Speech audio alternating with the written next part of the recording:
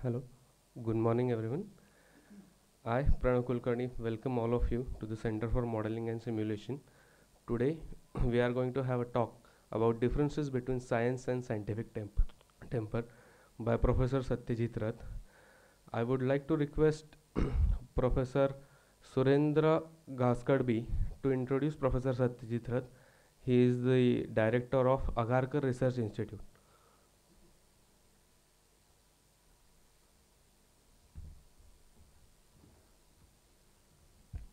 I'm just a retired scientist at Agarkar. I was fortunately never a director there.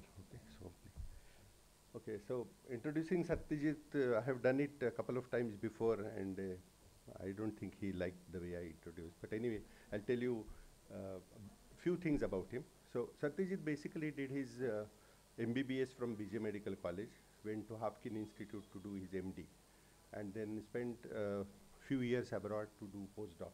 He was interested in basic research, so he chose immunology as his field, and joined the National Institute of Immunology in New Delhi in the 80s, and he retired about a year back and has come back to Pune. He's a Puneite basically. His father has been the former director of Gokhale Institute for Economics, Politics and Economics. Okay, Nilkant Rath, who writes in the newspapers, if you know. Satyajit is multifaceted in the sense that other than immunology, he has been actively involved in several activities like science education, talking about scientific temper. He has been active in opposing nuclear proliferation and so many different facets. He's a multiglot. He has command over several Indian and international languages. The only thing I would like to mention about Satyajit, and you will probably realize it during his talk, is that he calls a spade, and surprisingly, in spite of that, he's still on many international and national committees. Such people usually are not liked, but it is to his credit that he's still retained on such committees. He must be very useful to them. So I won't take much of your time and ask Satyajit to give his talk.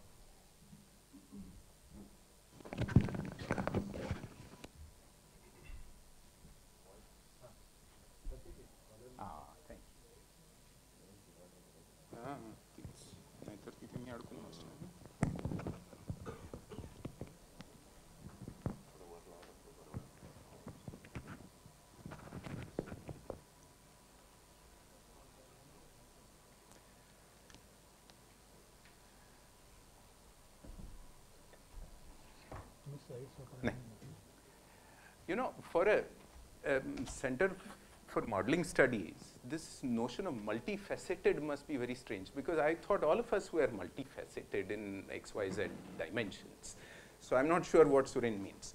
But as far as his last point is concerned, the way to stay on committees despite calling a spade is to refer to it as a beautiful shovel. That said, let me point out something to you that has just disappeared. And that is Atal Bihari Vajpayee's quote that was up here. And the quote made a distinction between science and scientific temper.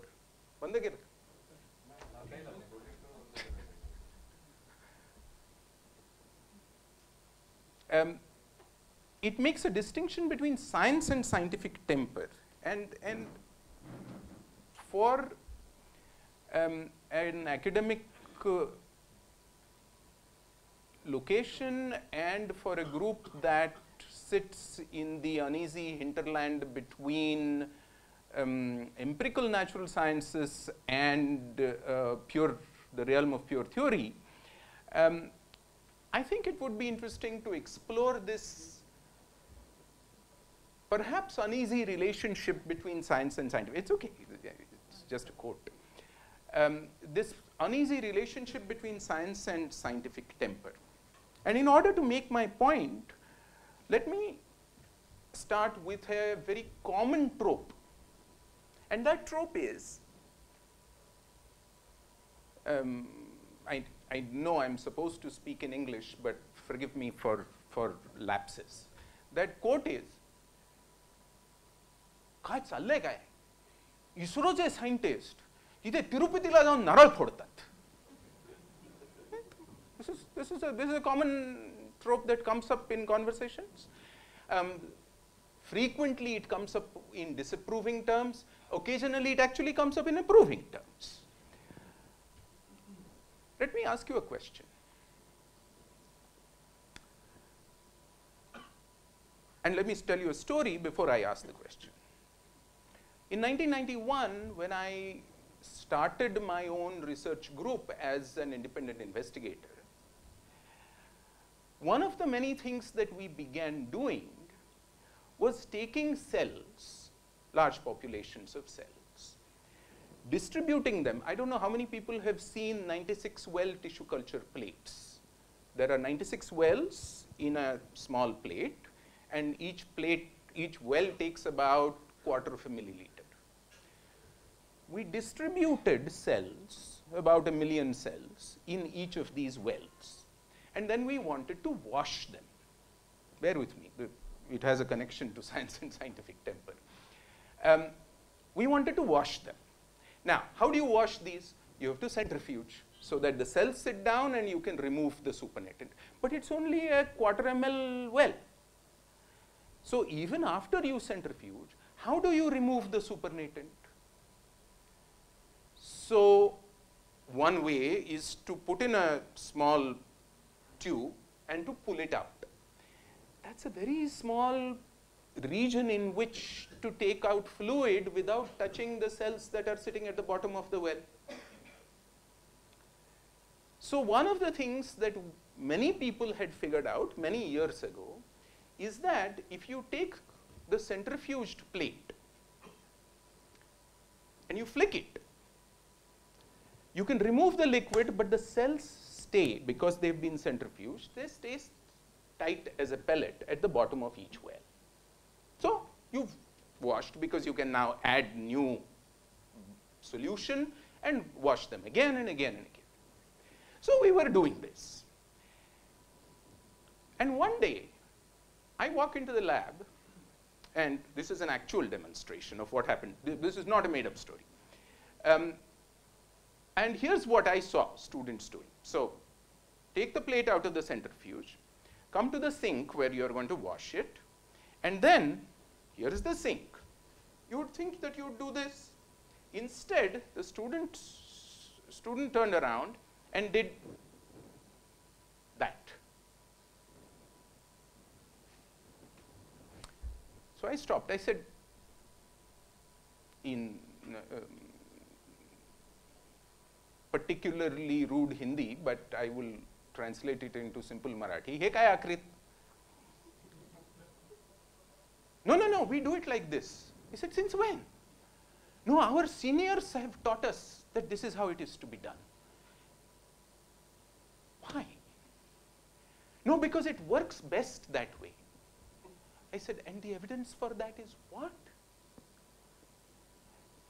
And my students doing PhDs in immunology, having done MSCs in biotechnology, having dealt with the idea of science as you heard yesterday, a set of hypotheses that are subjected to efforts at falsification through evidence, my students looked at me and written large on their faces is,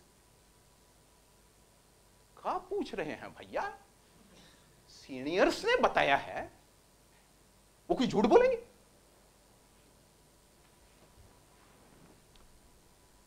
Now I ask you, what is the difference between ISRO scientists going to Tirupati and cracking coconuts,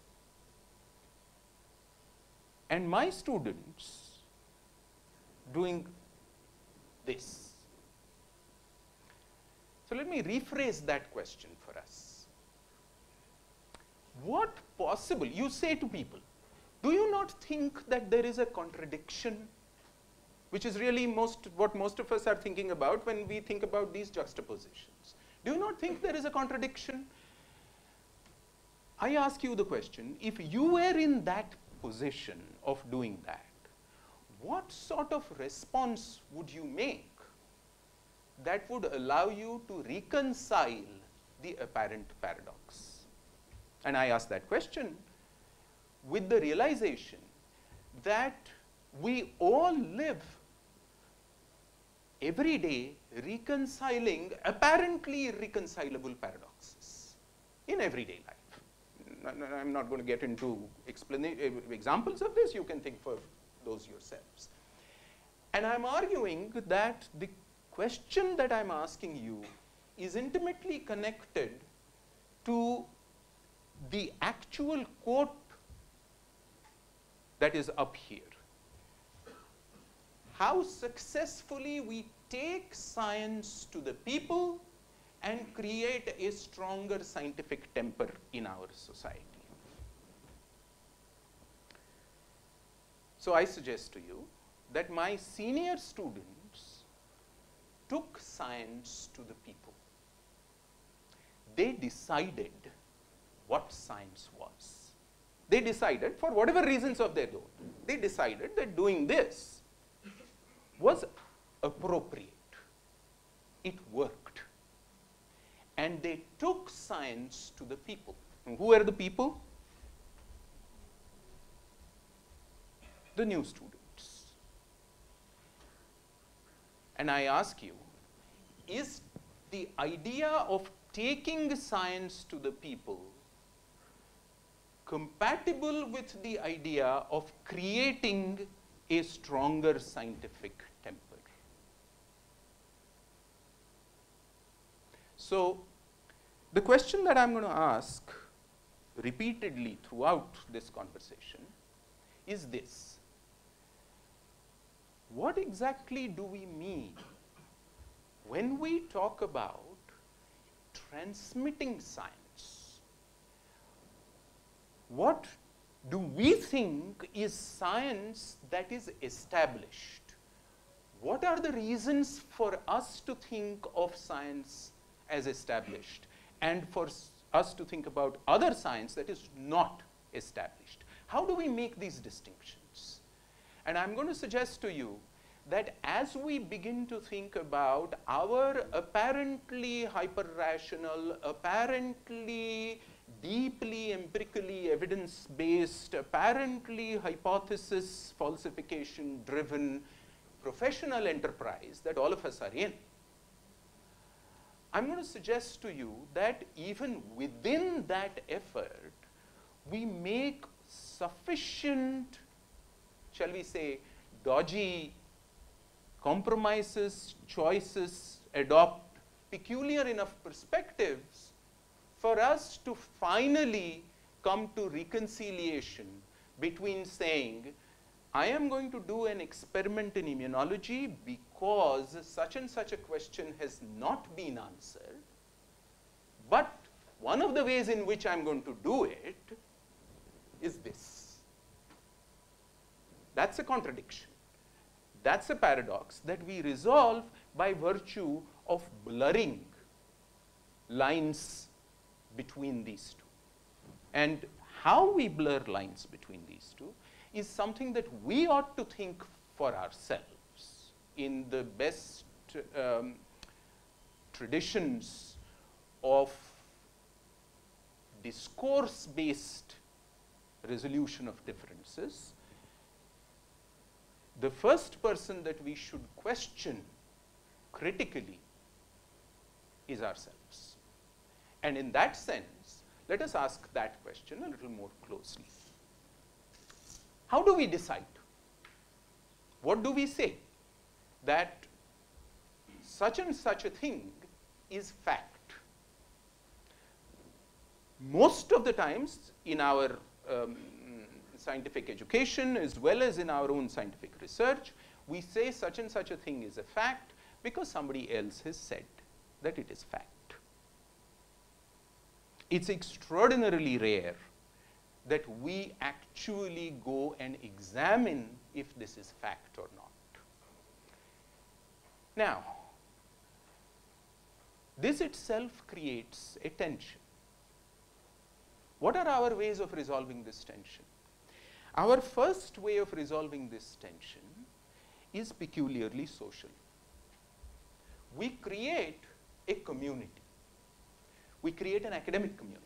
We create a professional community. Or more correctly, we are part of a professional community that evolves, that comes to be with certain characteristics. And one of those characteristics, inevitably, is mutual trust. In terms of, if you tell me that you have observed this as a fact, you will not make that statement up out of whole cloth. That you will actually, seriously, sincerely mean it. This is why outright scientific fraud is treated as so fundamental an assault on the community. But we are still skeptical. So what we are trying now to do is to walk a fine balance between trust and verification. So I think this is an old Ronald Reagan quote in dealing with the then Soviet Union about nuclear weapons and treaty conversations about limiting them. Trust but verify. That's what we do. One of the many ways in which to do this, especially in the fields of biology that people like Suren and I work in, is to say, what are the parameters of this fact? How many times have you repeated it? What is the extent of variation? If you have compared two different groups, what is the reliability, the robustness of what you are reporting as differences between these two groups, and so on and so forth. All of these fall in the category of trust but verify. But we do this. Our fundamental commitment is still to trusting each other. You can now begin to imagine that when this happens, you lay yourself open to all manner of fraud. Not simply fraud from within to allow petty career progression, because that's really what internal fraud is about. You make up data, you publish something, and then you get your promotion, you get a job, you get something or the other. But also external fraud, which falls in the category of what I assume Priyadarshan Karve talked to you about yesterday, in terms of pseudoscience, in terms of apparently scientific sounding science, which looks not for falsification, but for valorization. I'm not even going to use the term validation, but for valorization. That cherry picks evidence, that picks and chooses data.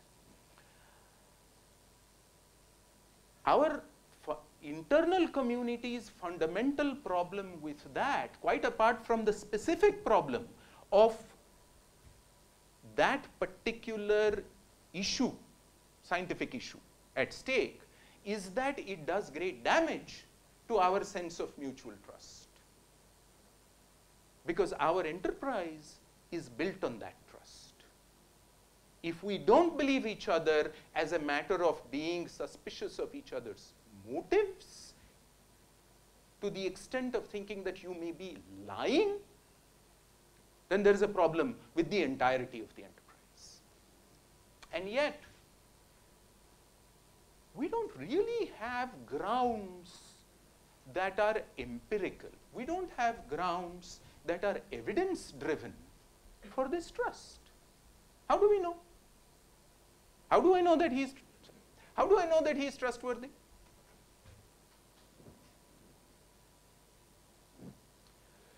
In a sense, effectively what we are doing is putting the cart before the horse. Effectively what we are doing is, we are saying that over time, we have been engaged in this monumental enterprise where we have decided, we haven't actually, but it's as though we had decided to trust each other and see what happens, like good scientists. How do we know whether what happens is worthwhile? whether what happens justifies in an empirical sense, not in a value sense, but in an empirical sense, justifies our mutual trust. And that brings us to the unique narrative of science. What is the use of science for society? Is a standard question that we all ask. And one of my many problems is that every time we ask that question, we ask it as though science only means natural science and not social science at all, and yet textbooks are social science, right? And in the second place, as a result perhaps of that dichotomy, or at least certainly connected to that dichotomy, we give the answer of, you know, science leads to development and progress because it makes technologies, we make technologies widely available, this, that, and the other, and so on and so forth. And one of my problems is that that point of view is intimately connected to the idea of taking science to people. Because what it says is, science is something that we do amongst ourselves as a high priesthood of science. It's not my case that Vajpayee intended this. It is my case that the way we talk about these issues inevitably brings up these sorts of potential interpretations that we should think about critically of ourselves. So what does that idea lead to? That idea leads to the notion that we do science as a high priesthood. We exchange high thoughts. We decide how the world works. Having decided how the world works, then I walk one step down from my pedestal. Okay? And I say, what's up? Satyam bruyami, shrunu. I am telling you the truth. Listen and learn. And that has consistently been our idea of taking science to the people. We, as the scientific, academic, scholarly community, not simply in India, but the world over, have normally, commonly behaved in this high Brahminical fashion.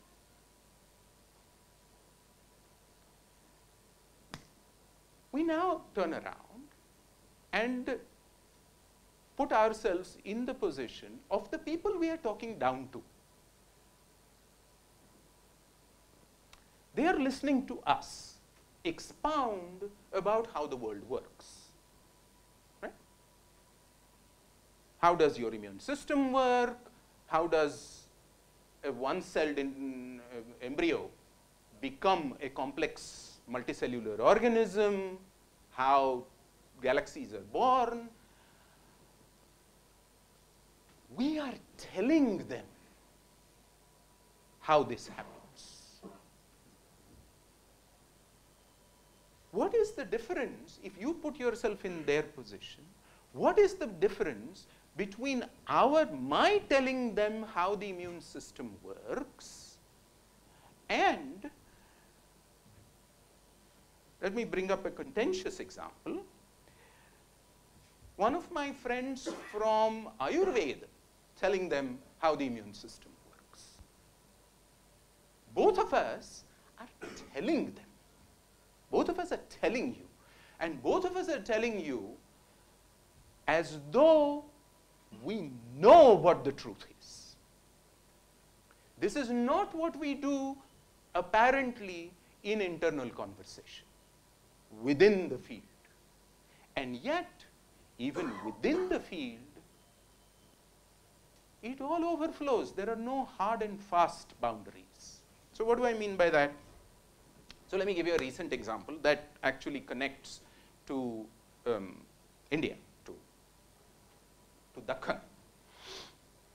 So for a very long time, the idea that of the abrupt evolutionary demise of the dinosaur species has been a matter of both mystery and therefore conjecture for paleontologists, evolutionary biologists, and the like.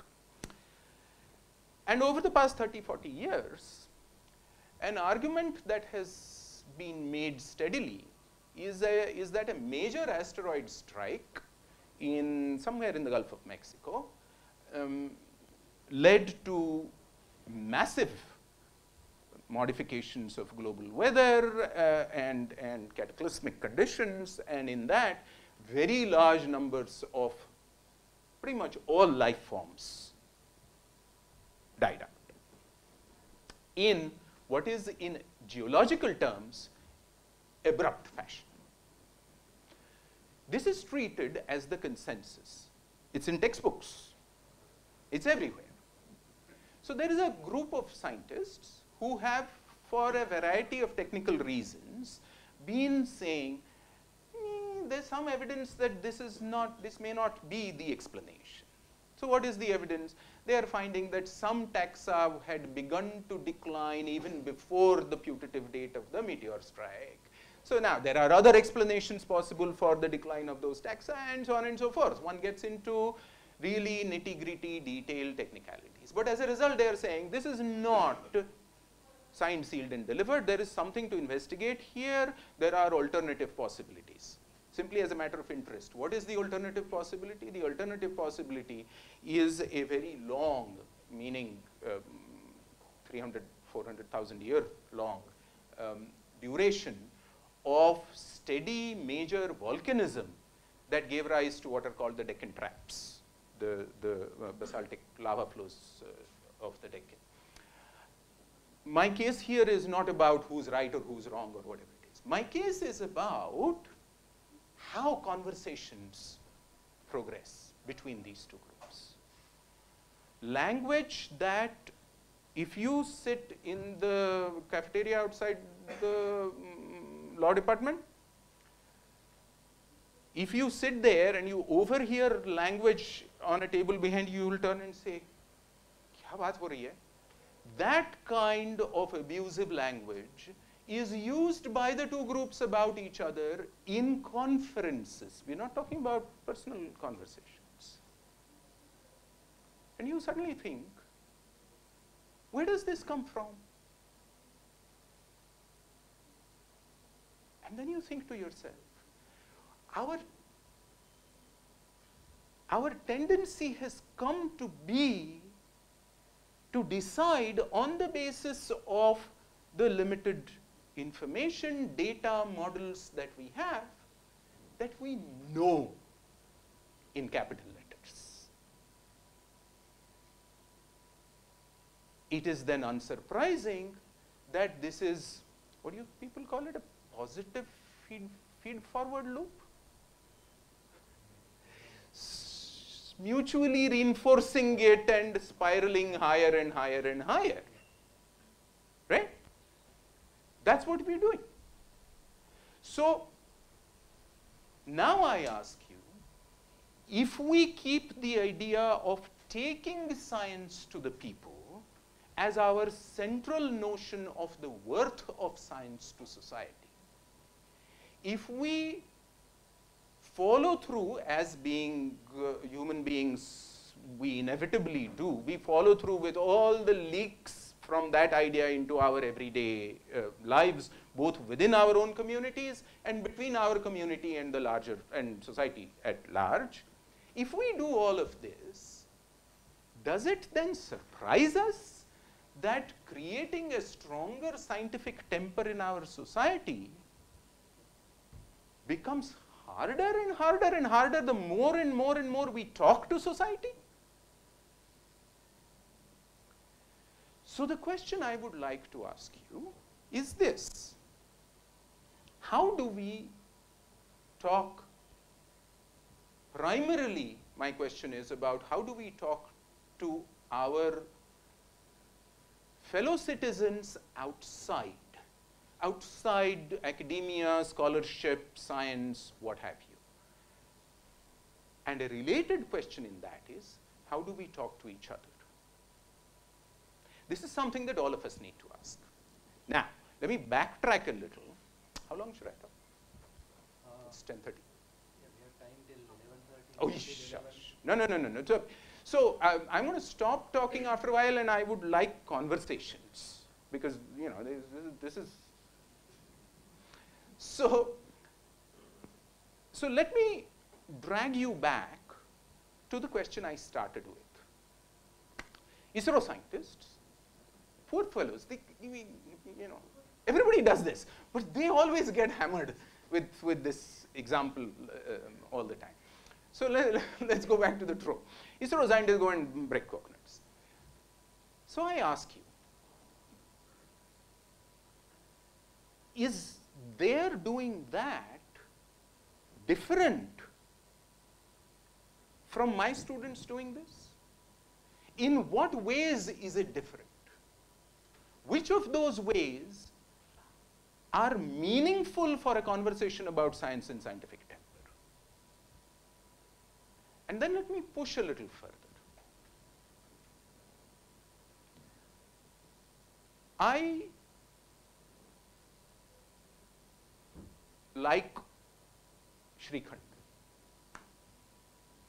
My name will make it obvious to everybody that at least some part of my own ancestry is not Marathi, right?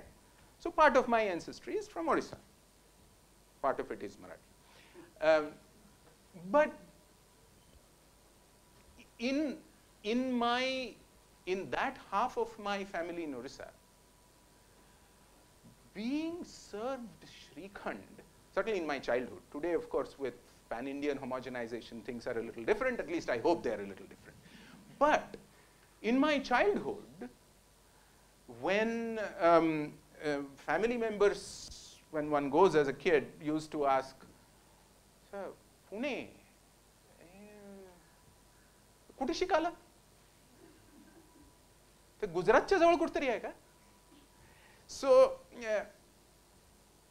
at that time, being served Shrikhand was, for many of my family members, thought of as a cryptic insult. Everybody is familiar with the idea of a cryptic insult? No? Achha, theek hai. Marathi poem, song, children's song, with a cryptic insult in it. मामाची बायको सुगरण, रोज रोज पोळी शिकरण.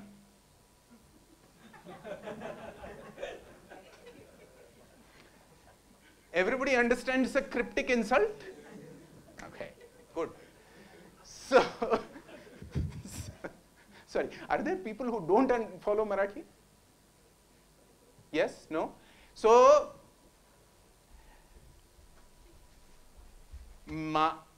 मामी जी रसोई में बड़ी माहिर हैं. हिंदी? हर रोज मीठा खिलाती हैं. क्या खिलाती हैं? रोटी और केले का. This is a cryptic insult. So the cryptic is, so serving Shrikhand was a cryptic insult. Because what? You take yogurt, you stir some sugar into it and you call it a sweet. इतनी लंबी कहानी का है for this. Which of these is a scientific position? That Shrikhand is a particularly elite sweet, or that it is just yogurt and sugar, hung yogurt and sugar.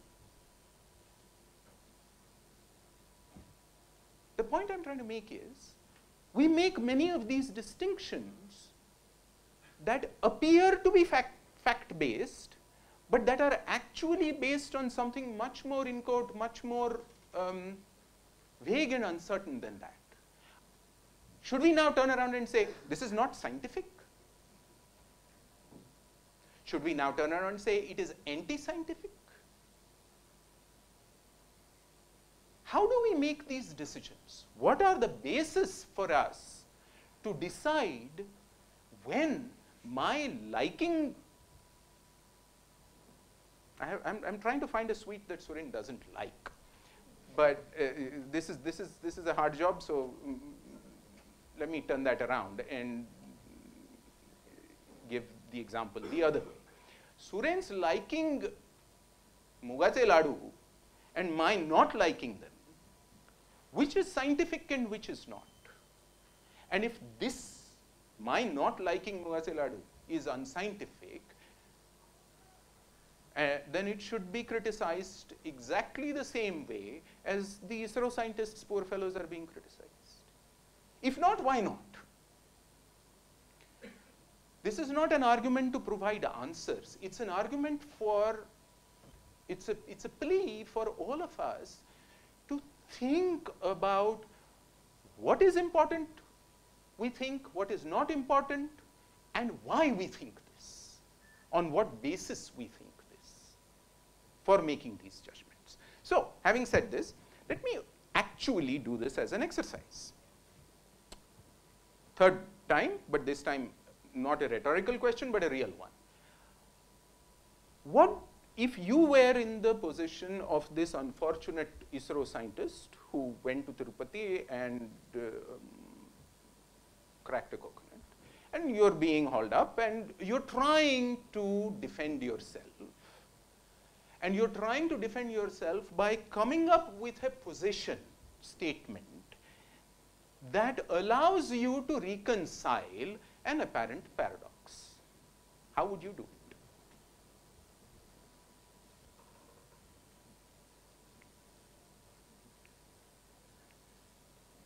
That's a real question.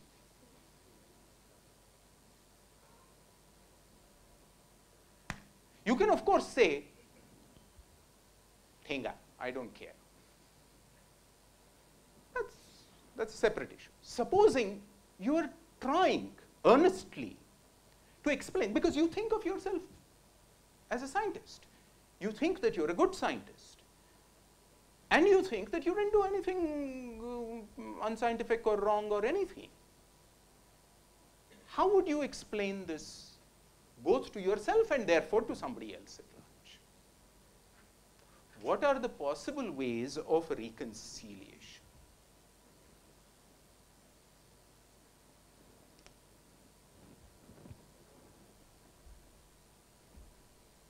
Somebody's got to try. यार ऐसा है, and this is also relevant for science and scientific temper. भाषण देना आसान है, सुनना भी आसान है. भाषण की प्रतिक्रिया में कुछ कहना, so go for it.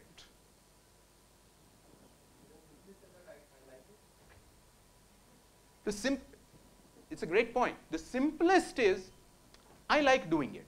To put it slightly different words, more in that context. No, it's okay. I'll restate it. Don't worry.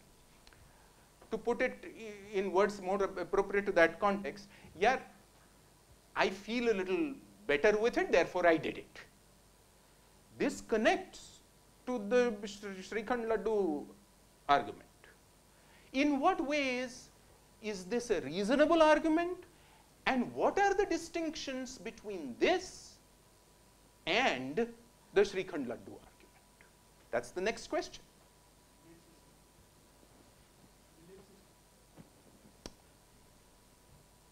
He said belief system. Now, I'm going to parse these conversations simply as a matter of keeping flow going. Belief systems. Why did he say belief systems? Here's my interpretation. He can either nod in x-axis or y-axis. You do realize that only the subcontinent nods in the z-axis.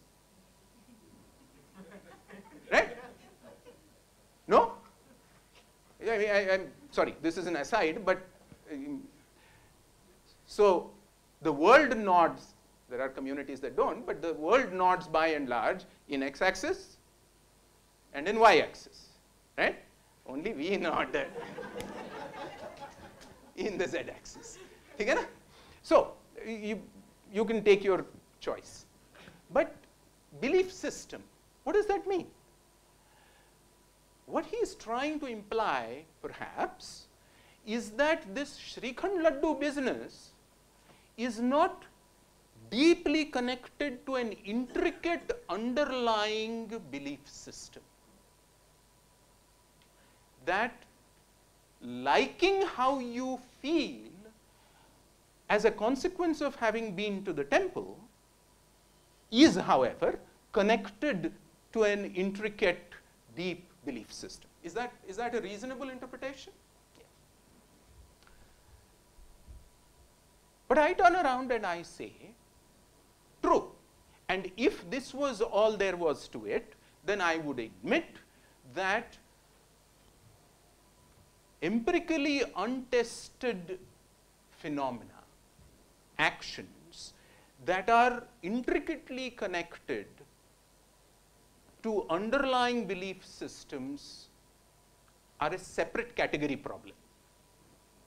Mana. But I turn around and I say, but that belief system, and this will be familiar in today's India, that belief system is scientific. Then what is your difficulty?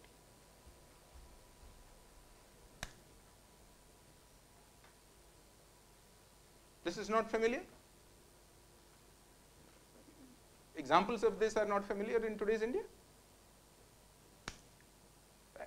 They've been around since I was a kid. So examples of this. How do you address that? So let me turn that around and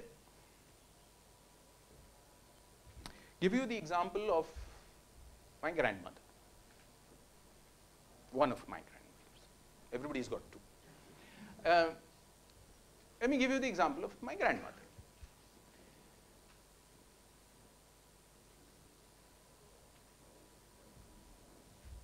Go into the little place of the gods in the household, Devgar,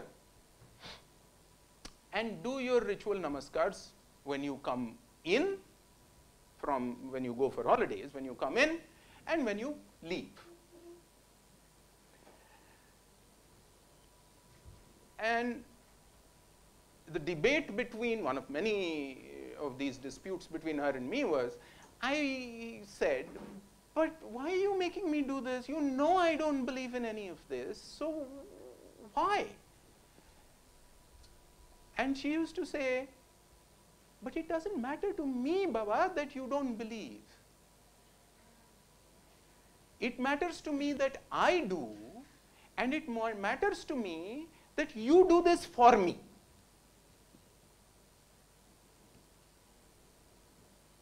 Now what? Now, you can turn around and say what other friends of mine have said to their grandmothers, which is, this is blackmail. ये emotional blackmail है और हम कतई नहीं मानेंगे.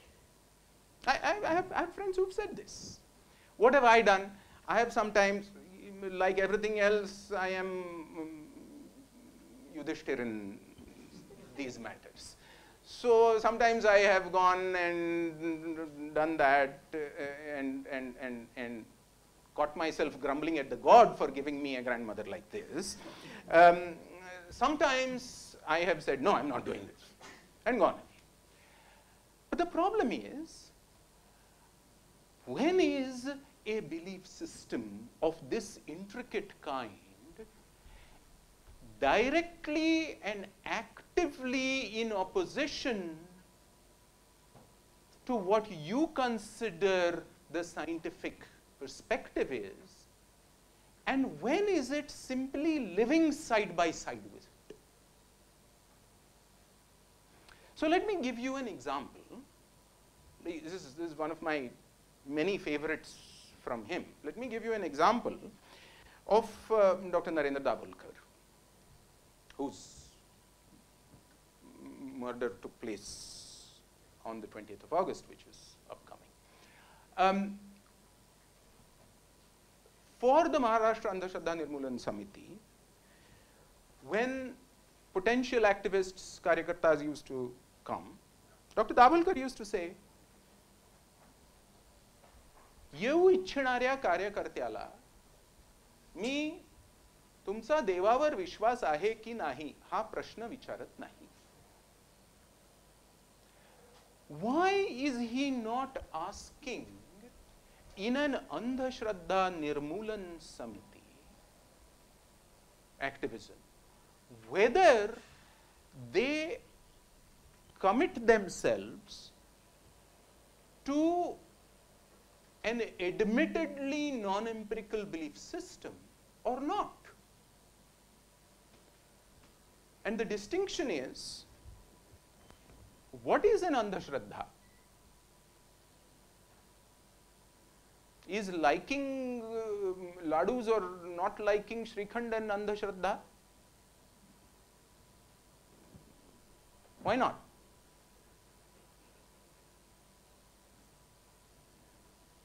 Liking is a biological phenomenon. You can actually do Drosophila experiments, fruit fly experiments, to follow the neuronal pathways that drive liking and not liking. You can switch them. You can do all sorts of things with them. It's very much in the empirical domain.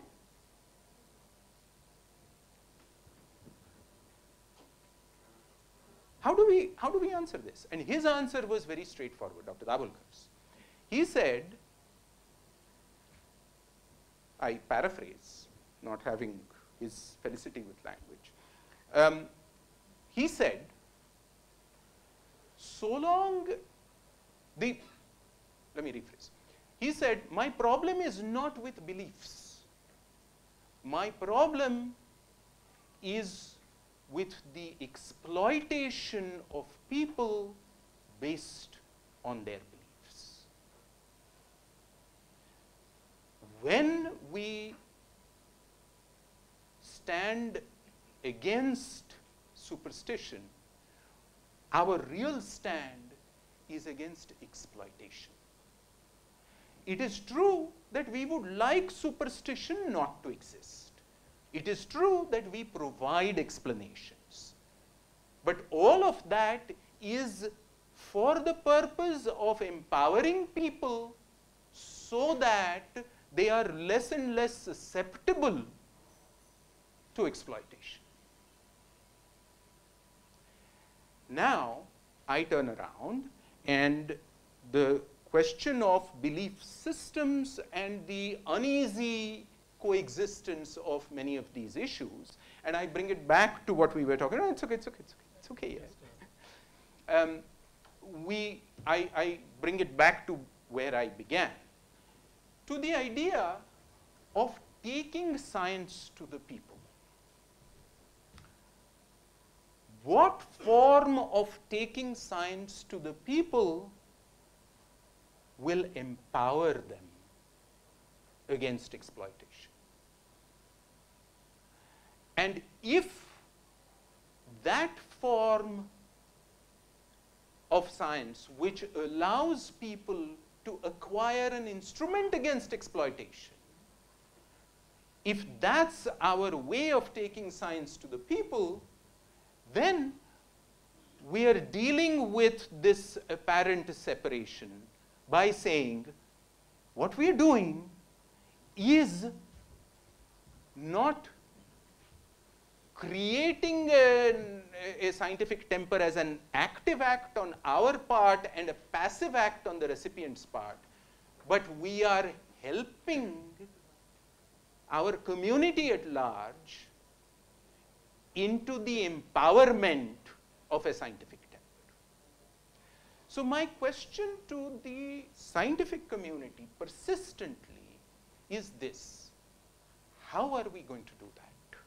How are we going to talk to our community rather than talking at our community? How are we going to ask the question in sufficiently open-ended terms for our community to see that we struggle to understand?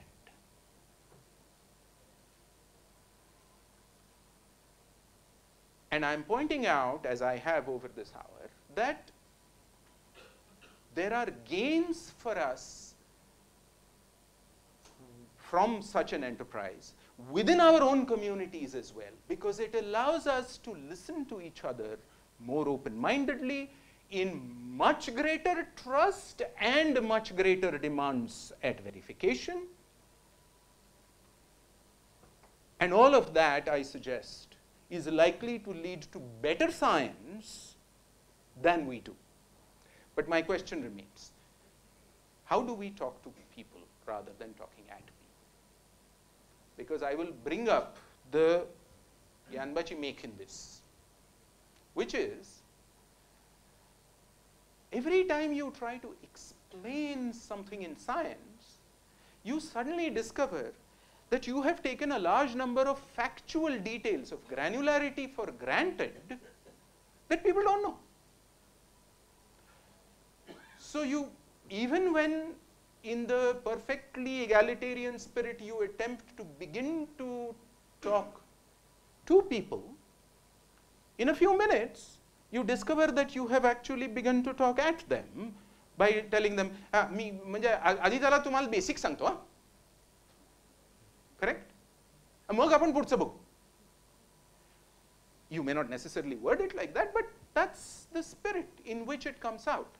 And I'm suggesting to you that it is inevitably then committing ourselves, at least by implication, at least in the way that we are being heard, as anti-scientific, as against what we think of as science when we are pushed to thinking about science and scientific temper. So my question now is, what are practical possible ways for us to talk to our community at large rather than talking at it?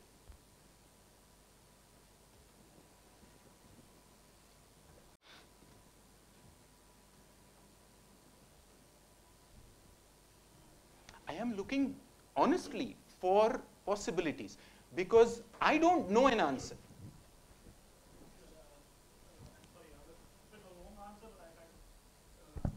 I'll try to make myself brief so that I think that first, before we start, I'm a member of this department, so okay. So before we start talking of taking science over to society, first we must see whether we ourselves are capable of doing that. Do we really understand the society that well within ourselves? Are the problems faced by the current society around us, do we understand them very well? Okay, I think this introspection should be first before we start talking about that. I have a long answer to it, but these are the lines on right. which I have the answer. So, one potential way of stepping away from the question I'm raising is to say, first we need to understand who we are speaking to, what their issues, concerns, perspectives, and backgrounds are, and only then can we enter into this. My problem with this is, it's almost like a fish saying, I need to understand water before I swim in it.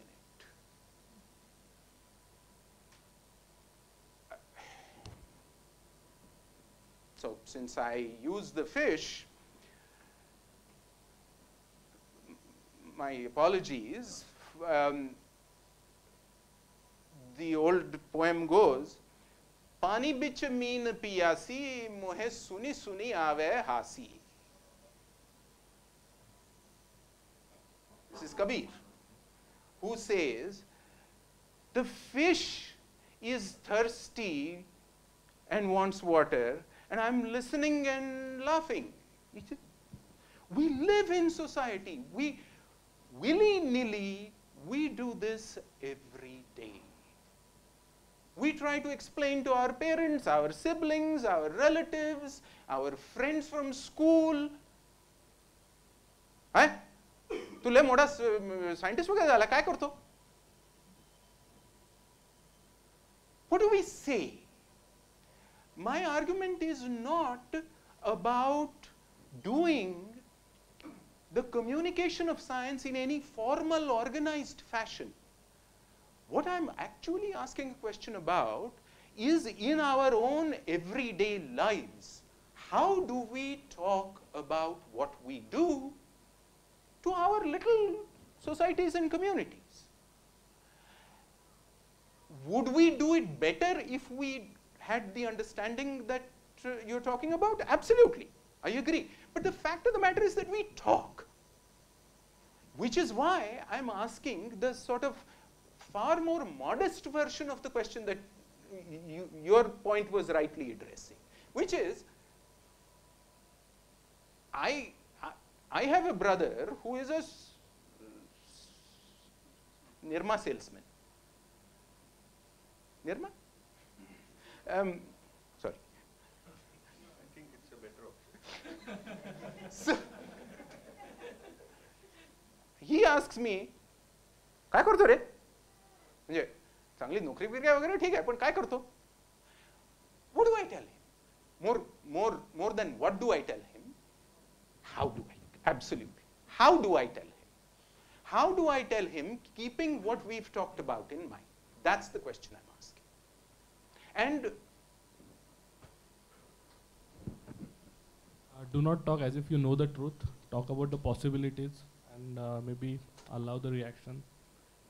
so don't talk as if you know the truth. Bring it up as possibilities, and that's why I brought up. I agree. I understand. This is why this conversation ain't going to go anywhere particularly definitive, because I'm not convinced that there is a really, really good answer. At least I haven't heard one. So this is to get us to think about this. So that point. This is why I brought up the issue of the granularity. We all think about scales of organization.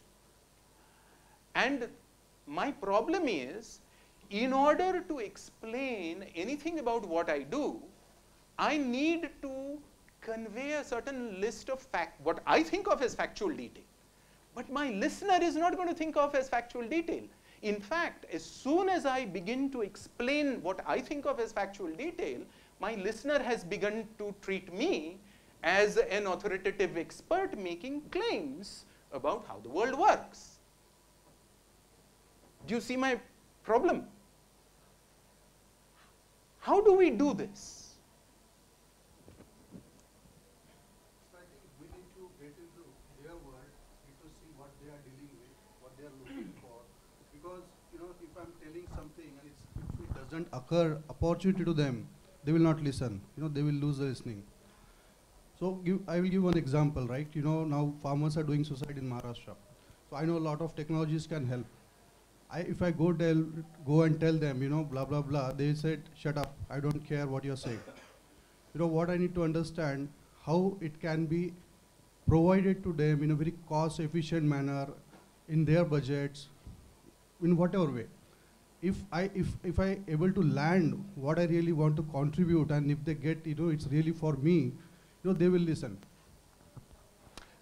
So, since the microphone was on, I'm not going to paraphrase. I will simply provide a little commentary. You have to understand what people want. This is fair. But this is an answer to the question of how can we, as scientists and technologists, effectively provide solutions to societal problems? That's the question you are answering. And I think that as an answer to that question, it's fair. It's a reasonable position. My worry is the question I'm asking is in some ways far more trivial than that. How do I tell my family about what I do without without that statement of what I do sounding anti-scientific, even when it is actually describing science?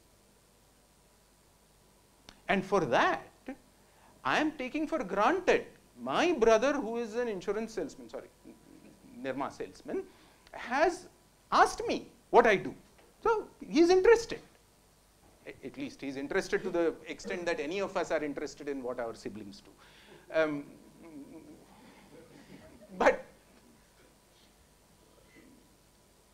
But he's interested. So that's not the problem, number one. Number two, I'm actually not trying to solve any of his difficulties. He has difficulties with his boss and with his not having sold enough soap, and there's nothing I can do about it.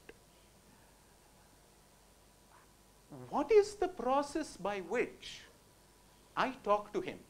And I'm pointing out that these very small individual drops make the ocean of communication, of involuntary communication, that we live in as a society.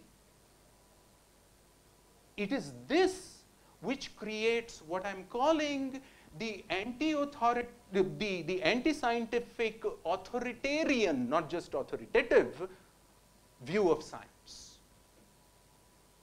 And that's why I am asking the question in the spirit of Gandhi's questions were titled Experiments with Truth.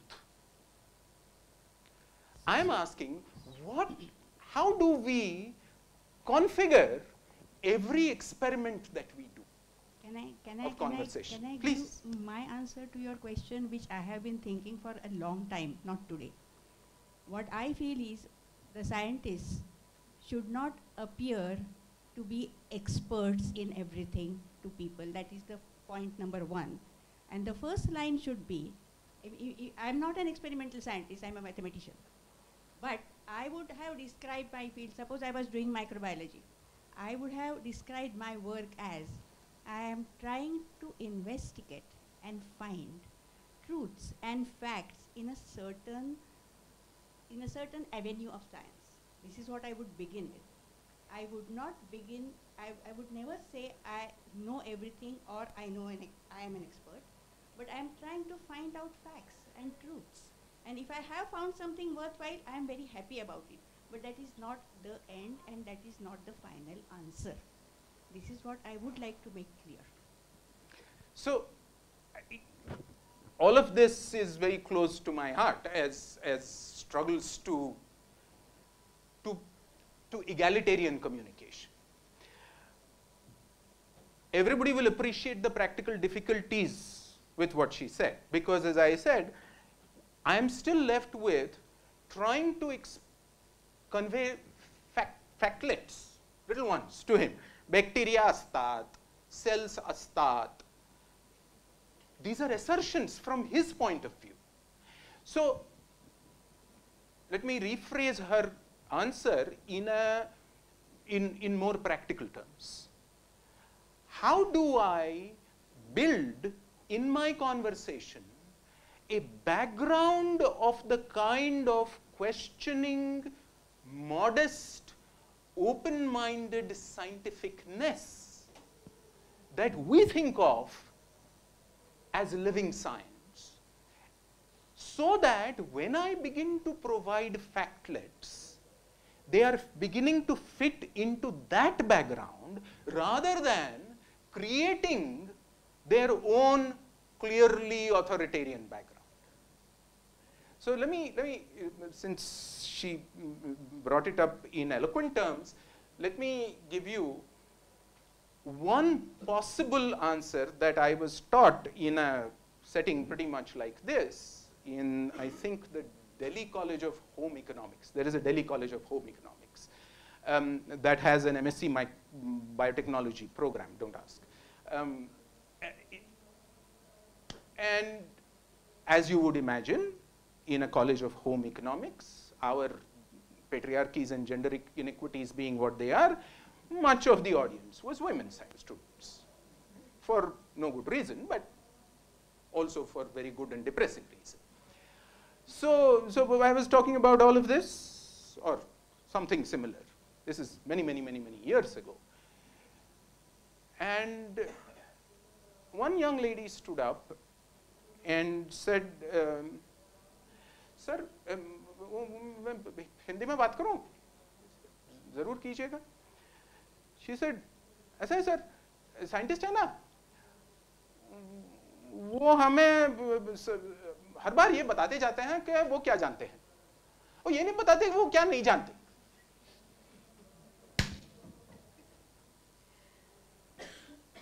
So let me pose that question to you.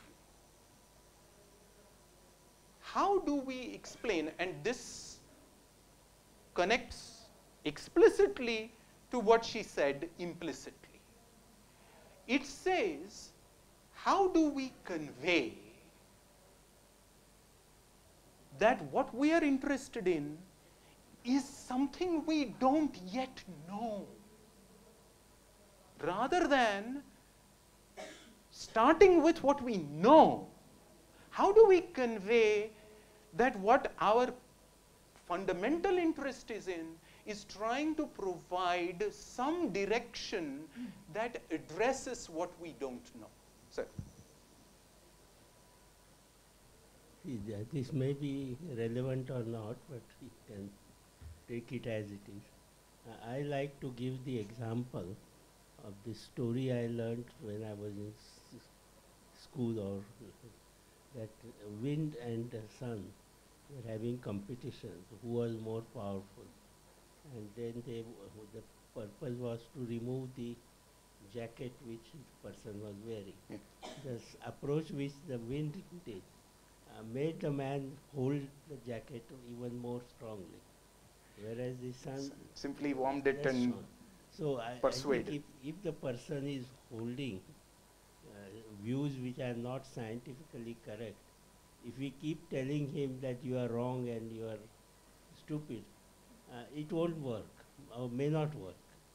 So that is something that I want. I agree. So let me take this and bring it back as a story into the narrative that I am attempting to build. Effectively, what he is saying is that when you are attempting to communicate your own scientificness, when you are attempting to communicate science, you need the recipient to be a partner in that process. You don't need if you have a recipient who's passive, the likelihood is that it is going to be a recipient who's resistant. That story is emblematic of this general argument. How do we get our audiences outside our own little professional communities to be partners in the conversation? असं हे माहित नाही म्हणताय, पण मग ते म्हणजे अमुक अमुक आहे ना, हो ते आहे, पण त्याचं काय झालंय की कोणी अमुक अमुकनी त्याचा तपासणी केली आणि त्याच्यातून जे भाकीत आहे ते काय खरं ठरलं नाही, मग आता काय करायचं, असा प्रश्न उभा राहिला. Can one begin to drive a conversation every time we talk about science based on what neither of us knows, and then talk about why is it interesting to come to know it, and how does one begin to engage with that question? When factlets will emerge in this conversation, maybe, as both of them have said, the factlets have some fighting chance of being treated as incidental knowledge that we contribute, rather than as authoritarian statements that we are making, talking down to people. How do we begin to talk to our communities at large about what we don't know? And to end, let me, he said 11:30, but that's no reason for me to drive you into that levels of torture. But to end, if we can talk to our communities in nuanced and interesting fashion about what we don't know yet, we can talk to each other in far more interesting ways for the field about what we don't know yet. And we will spend far less time about giving research seminars where we stand up and say, here is what we have discovered. And we just wrote a paper on this in this journal called Science or Nature or whatever. Can we talk to each other more and more about what we don't know? Can we talk to each other regardless of whether each other are both scientists and scholars and academics or not? Can we remove the apparent paradoxical dichotomy between taking science to the people and creating a scientific temper and make those the same enterprise with reinforcements from a wide variety of directions? Remembering Dr. Narendra Davolkar, I suggest it is deeply worthwhile for all of us to think about this. What I have not spoken about is the dimension that he never lost sight of, which is, what are the implications of such an empowerment for social relations of class, of hierarchy, of patriarchy, of power, of economic exploitation, and so on and so forth. पण ते विषयांतर होईल तेव्हा.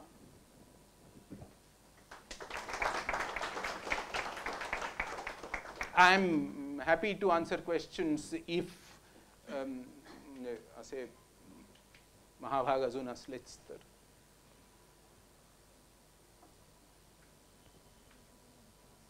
You can have a few questions, comments, Anything. open discussion. Absolutely.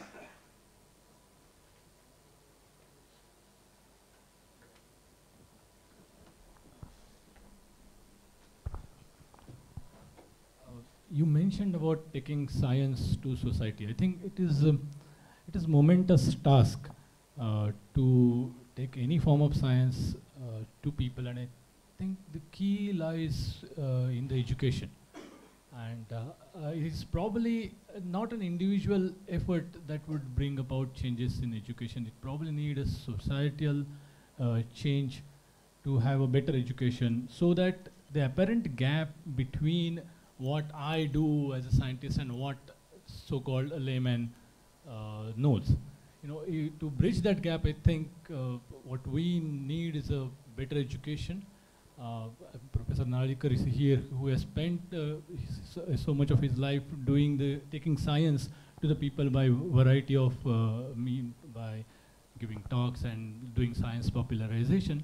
I think we need more efforts in that direction, so that next generation probably is more educated and more inspired to be having more education. Thank you.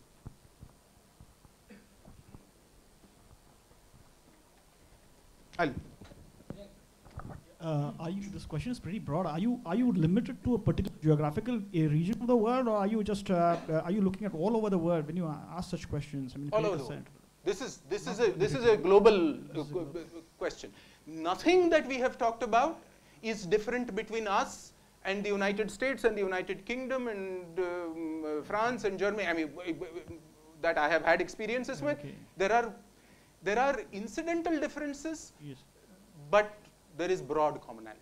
So no, this is a global question. That was just a quick answer. I'll come back to your point if there are other.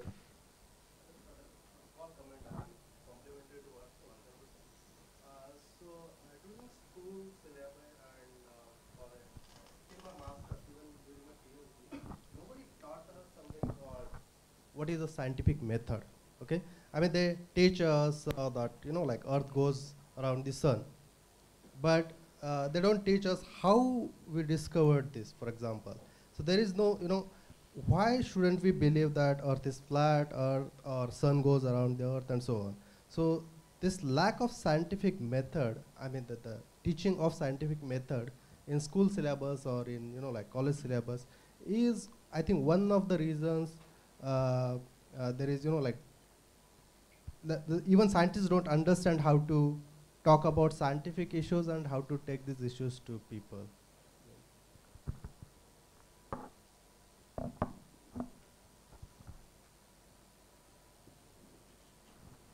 This is just a comment to what you said. the education today is more focused on telling the facts rather than generating inquisitiveness.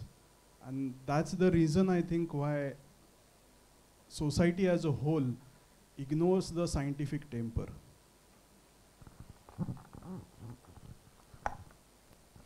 So, call this a coincidence or what? I was reading this paper. It's actually a lecture by Albert Einstein, Principles of Research, and he gave this address in 1918 on the 60th birthday of Max Planck. And I'll just quote his first paragraph. In the temple of science are many mansions, and various indeed are they that dwell therein, and the motives that have led them there. Many take to science out of joyful sense of superior intellectual power, science in their own special sport, to which they look for vivid experience and satisfaction. Many others are to be found in the temple who have offered its products of their brain for purely utilitarian purposes. If an angel were to come and drive all these people out of the temple, some of them may still be inside, and Max Planck is one of them. Aren't we focusing on the question that why people go to science? I mean, why are they going to that temple? We as researchers have completely different purpose of going to science, whereas some other person or a technician or a farmer or a librarian or anybody, his perspective on science is going to be different. So this in itself creates that we as researchers don't know many things, which you just said. So is it even possible to communicate with someone who is not from our field? I mean, it's not possible at all. Okay. Are there other comments? Sure. So 2-3 points came up about education. How do you provide better education, and scientific methods are introduced. But the thing is, when you look at students, they are more open and the curiosity is expressed more freely with their parents or immediate relatives. And that's where they are disappointed.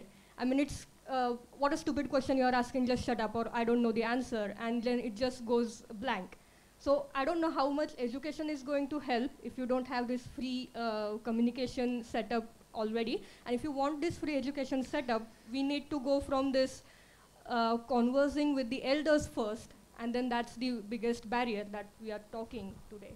So what are your points on? Okay. So there's been a certain linkage in the 1, 2, 3, 4, 5 comments. So let me say something about those. Do we require better education? Absolutely. Do we require better education as a precondition for me to talk to my grandmother about what I do in non-authoritarian terms? No.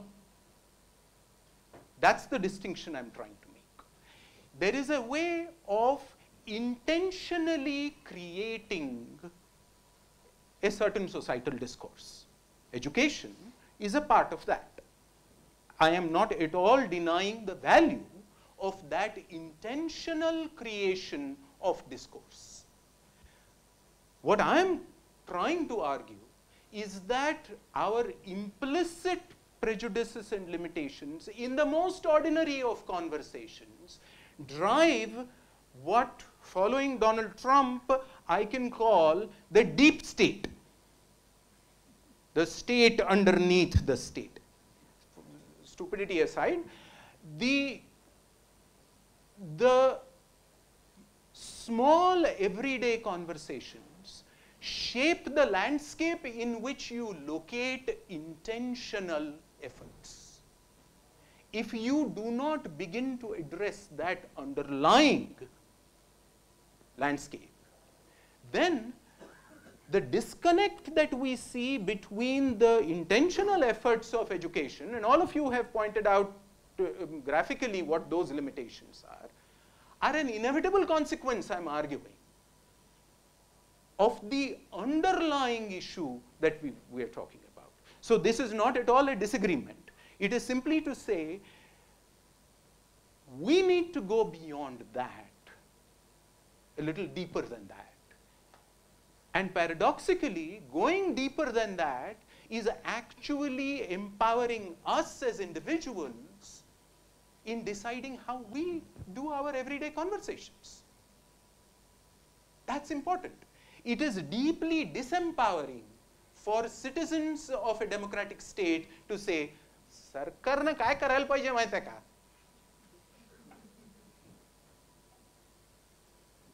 That's not to say that it's not important.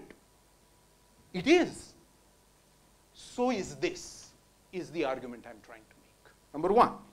Number two, the issue of science education, scientificness and domain curiosity as a specialty temple and related issues. Let me make the provocative argument. What is the core notion of science? Causality. Right? The Sanskrit phrase is absolutely accurate. Karya karana bhav. If you think about it, I didn't actually mean to say this because I say this everywhere and Suren is going to roll his eyes because he's heard me say this everywhere. But opportunity beckons and who am I to say no to temptation? So, here is the fundamental issue. We may perhaps be the only species, this is a very dodgy proposition and a rhetorical one, but we may be amongst the small handful of species who are sufficiently cognitively aware of the future to be worried by it. And therefore, we like the security of predictions. And therefore, the idea of causality is fundamental to what we do. But it is not, regardless of how exquisitely you use that idea, how interestingly and creatively you play with that idea, you twist that idea of causality. It is not unique to practicing scientists. It is unique to us as human beings. It is what we do every day. We go out onto the street and we say, I look this way, I look that way, and then I cross the road.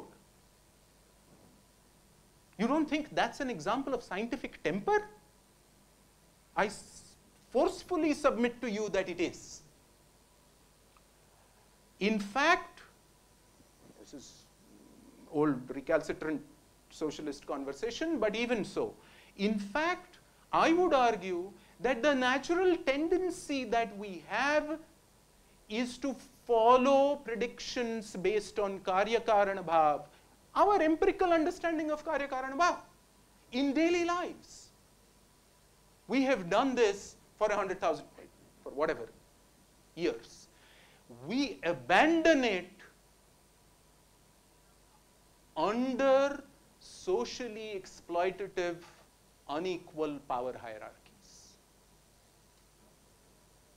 And therefore, if you like, the conversations that we ought to be having with each other about what we don't know, the conversations that we ought to be having with our grandmothers, I'm beginning to sound grandmother obsessive, but the conversations that we ought to be having with our grandmothers without condescending to them, hey, she knows much more about Karya Karan Bhav than I do in very many things.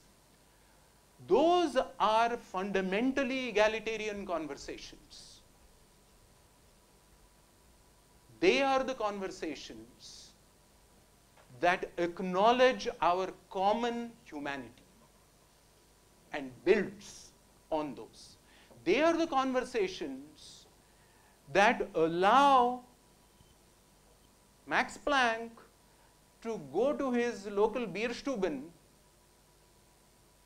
and drink a beer that he couldn't in 20 Max Planck lifetimes hope to be able to brew. They are what makes our cooperative society even possible.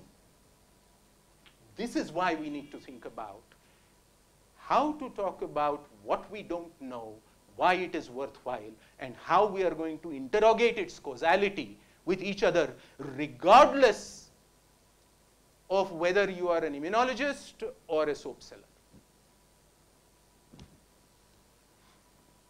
More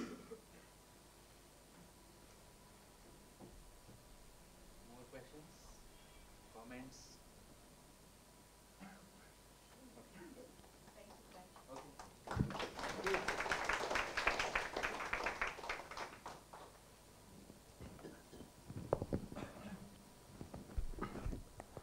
Thank you, sir.